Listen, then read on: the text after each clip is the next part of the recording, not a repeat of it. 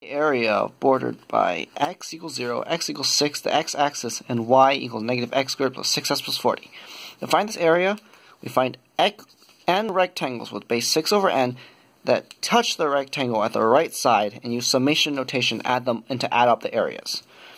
For example, for 6 rectangles, this would be the height of each rectangle, this would be the base. Notice how n's here. Normally there'd be an n here, but since we know for 6 rectangles, this n is replaced by 6 in this case. Here we can just pull this 6 out of, so we can just pull this 6 out of 6. This equals 1, so it just cancels out in this case. We can't normally do this if there's an n in the bottom or another non-6 in there. If we can pull, we pull a 40 out in here, like so. We pull a 36 out of 6 out like so. We're trying to isolate k, 1, and k squared. And we pull a negative 6 squared out of 6 out, like so that we end up here.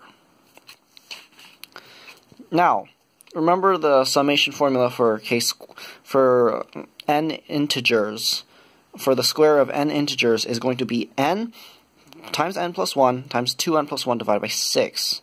This is negative 1, we don't have to worry about it. This is 6 and this is 40. Now, the summation for n integers, in this case 6, is going to be n times n plus 1 divided by 2. In here, the sum of n1 is n. So for n equals 6 for all of these, we get that n is 6, n plus 1 is 7, and 2n plus 1 is 13, and we divide this by 6.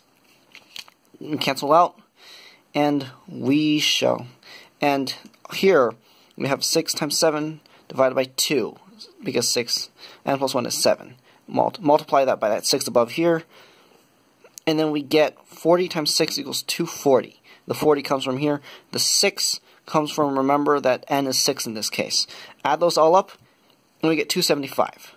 Now for infinite rectangles, you will pull instead of a 6 squared out of 36, you'll pull a 6 squared out of n squared out, and then a 36 over n out of b, and then multiply everything by 6 over n, so that you ultimately get negative 216 over n cubed.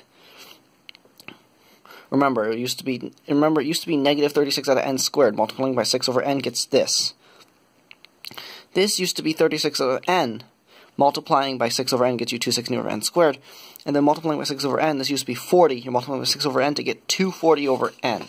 That's where all this notation comes from. Then, applying the same rules we do here, we simplify everything. We know what k squared is, the summation of k squared is, the summation of k is, and the summation of 1 is.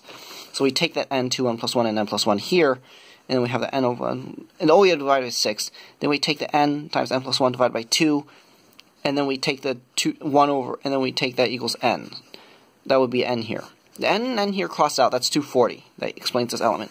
Here, now we have to find limits. What is n times n plus 1 divided by n squared? What is the limit of that? Well, if you make n infinitely large, you'll find that this number gets infinitely closer to 1. So we just basically make this 1 and take 216 divided by 2 to get 108. Now 216 divided by 6, that is negative 36. But the limit here, if you make everything infinitely large, you're going to get a number very close to 2. Negative 36 times 2 is negative 72. Negative 72 plus 108 plus 240 equals 276. So that would be the area bordered by those equations.